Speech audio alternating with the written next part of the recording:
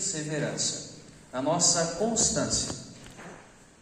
Quando nós vemos a sequência, né, das missas depois de Pentecostes, nós vemos um certo progresso em certos temas que a igreja quer tocar para nós. No domingo passado, o evangelho da liturgia foi aquele evangelho onde nosso Senhor diz: não podemos servir a dois senhores, porque ou nós vamos odiar a um e servir o outro, ou vamos gostar de um e odiar o outro. E na epístola de São Paulo, na semana passada, São Paulo dizia na epístola que o Espírito age contra a carne e a carne contra o Espírito, de tal maneira que é impossível o homem servir a carne e ao Espírito, e que as obras da carne, São Paulo então enumera as obras da carne, elas trazem a corrupção. Quem pratica as obras da carne não ganha a vida eterna. E depois São Paulo enumera as obras do Espírito, que trazem o fruto da vida eterna, que trazem a esperança do céu. De tal maneira que na semana passada a liturgia pedia para que nós fizéssemos uma escolha.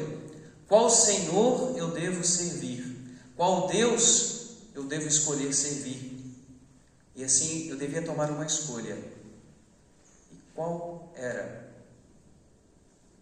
Santo Inácio de Loyola tem uma meditação muito bonita, que é a das duas bandeiras. Ele fala para que a gente pudesse nos imaginar num campo de batalha, e que nesse campo de batalha dois exércitos estão para poder lutar. De um lado está a bandeira de Cristo, a bandeira da Santa Cruz, e Cristo com todos os santos, com todos os anjos. E do outro lado, o outro exército, a bandeira do demônio, a bandeira do inferno, com todas as suas hostes infernais. Nós devemos então escolher um lado. Qual exército eu quero servir? De qual lado eu quero estar nessa batalha? Lembrando que o lado de Cristo já é o lado vencedor.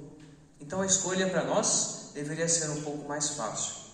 Assim a igreja convidava a gente a praticar as obras do Espírito e deixar as obras da carne.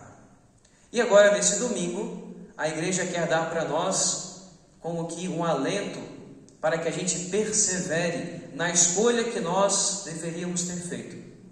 Se nós escolhemos agora Cristo, servir a Deus, porque servir a Deus é reinar, se nós escolhemos praticar as obras do Espírito, então nós devemos perseverar nesse temor do Senhor, praticando essas boas obras, para nós alcançarmos o céu.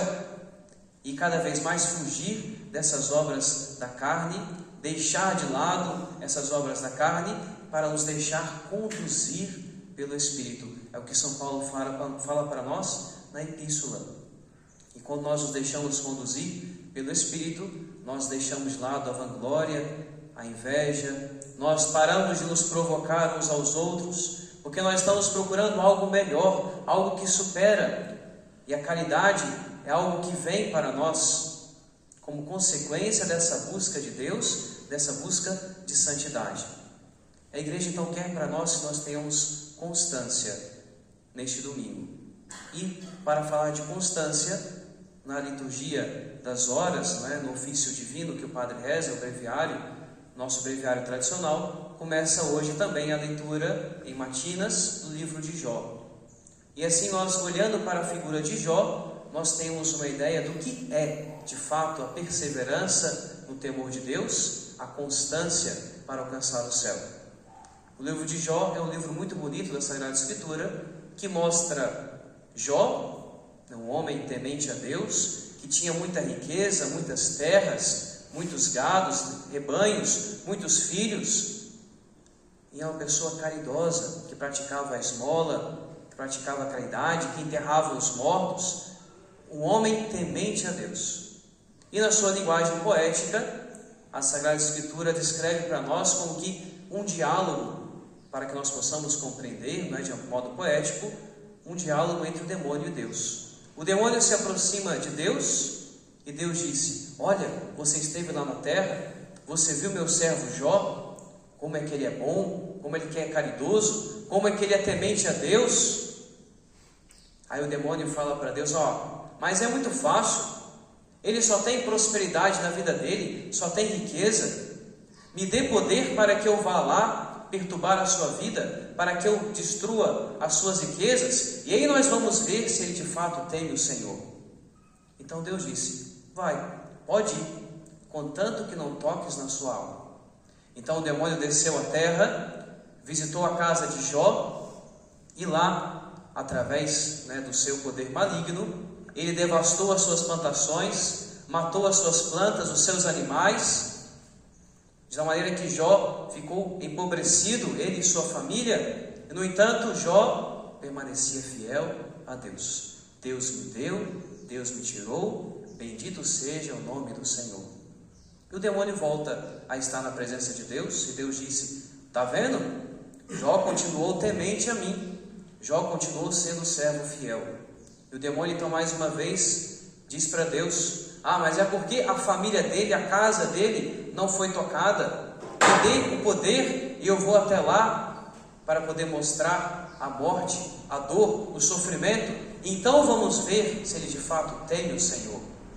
E Deus disse: pode ir, contanto que não toques a sua alma. E o demônio foi mais uma vez, visitou a casa de Jó, e através da doença, das catástrofes, dos acidentes, matou todos os filhos de Jó, de tal maneira que só ficou ele, a sua esposa, de luto, com a dor da perda dos seus filhos, de modo tão iminente, tão trágico. Mas Jó continuou temendo o Senhor, amando a Deus. A sua esposa duvidou, disse para ele: está vendo? De que adiantou as suas orações? De que adiantou as suas esmolas, as suas boas obras? Olha só onde nós estamos. Mas Jó disse: mulher, se nós aceitamos as coisas boas de Deus de bom grado, também devemos aceitar os reveses. Os seus amigos vieram de longe para o visitar, e então eles disseram para Jó: o que você fez de errado? Qual o pecado você cometeu para ter tantas catástrofes na sua vida? E ele disse: não, eu não fiz nada errado, graças a Deus eu temo o Senhor. E o outro amigo disse: então Deus não te ama, Deus não tem consideração por você, melhor você abandonar esse Deus, porque esse Deus não cuida de você. E Jó: não, Deus me deu, Deus me tirou, bendito seja o nome do Senhor. Jó permaneceu fiel a Deus, e assim Deus ficou contente com a sua fidelidade, com a sua constância em temer o Senhor, mesmo diante da dor, diante do sofrimento, diante dos desastres. E Deus então recompensou Jó, deu novos filhos para ele, aumentou as suas terras, as suas plantações renderam muito mais do que antes, ele recuperou os seus gados, os seus animais, de tal maneira que ele possuía quase que 100 vezes mais aquilo que ele tinha perdido, porque ele permaneceu fiel ao Senhor. Isso tudo para poder mostrar para nós que nós também devemos ter constância, perseverança no temor de Deus. Nós devemos semear boas obras, porque nós vamos colher aquilo que nós semeamos, como diz São Paulo hoje. E é preciso também ter paciência, porque é no tempo de Deus que nós vamos colher. Às vezes nós praticamos as boas obras, nós às vezes temos dificuldade para praticar as boas obras, a caridade, a oração, ir na missa ao domingo, e se esforçar para evitar o pecado. E às vezes nós não entendemos, nós sofremos, nós às vezes temos muita dificuldade. Paciência, perseverança, coragem, continue nesse caminho. No seu tempo você vai colher os bons frutos. Quem semeia com as boas obras colherá a vida eterna, e já vai ser feliz nessa vida, mesmo com dificuldades.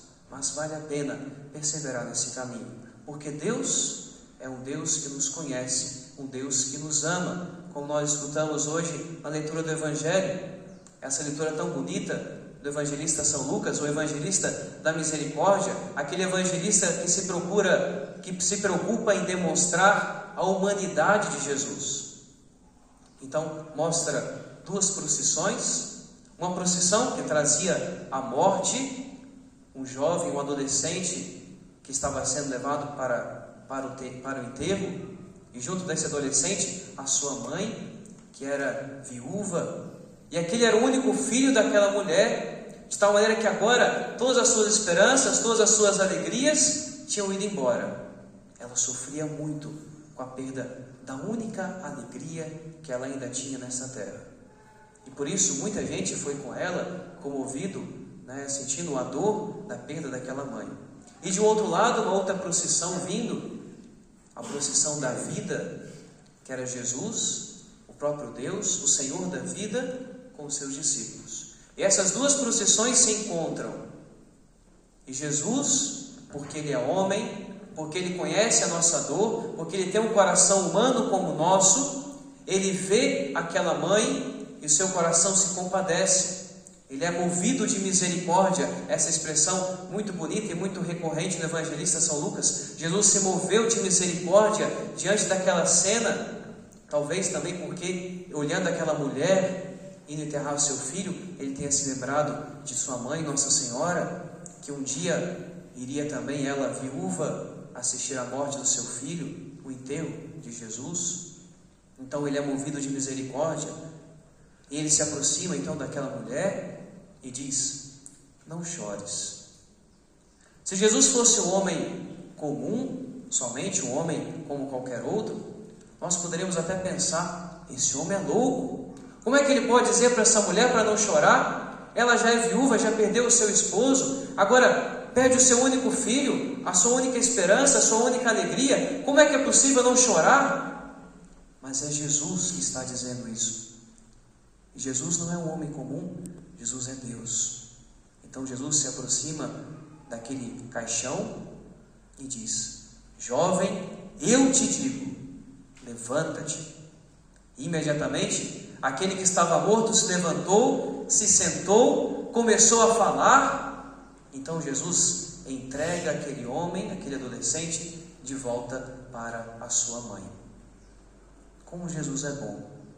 Jesus que também é Deus.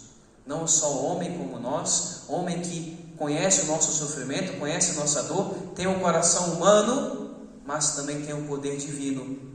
Um poder para nos levantar, um poder para nos reerguer. Todas as vezes que nós caímos, que nós pecamos, nós ofendemos a Deus, nós matamos a nossa alma. E a Virgem Maria, nossa mãe, e a Santa Igreja, que também é nossa mãe, choram por nós e nos levam ao encontro de Cristo. E Cristo, com seu poder, com sua força, é capaz de nos levantar. Jovem, eu te digo, levanta-te, que nós hoje possamos escutar esse chamado de Jesus e também nos levantar do pecado, nos levantar daquilo que nos prende a esta terra, para que o nosso coração, cheio de liberdade, nós possamos voar em direção ao céu, perseverar, ter essa constância nessa escolha que nós fizemos de servir a Deus. E assim, servindo a Deus, semeando com as boas obras, nós possamos colher os frutos da vida eterna, os frutos do céu, seguindo com Cristo, até um dia nós alcançarmos essa vitória com a graça do céu. Então nós possamos pedir essa graça hoje à Virgem Maria, a São José, a graça da constância, da perseverança em servir a Deus, fugir do pecado, para nós alcançarmos um dia a glória do céu. Em nome do Pai, do Filho e do Espírito Santo. Amém.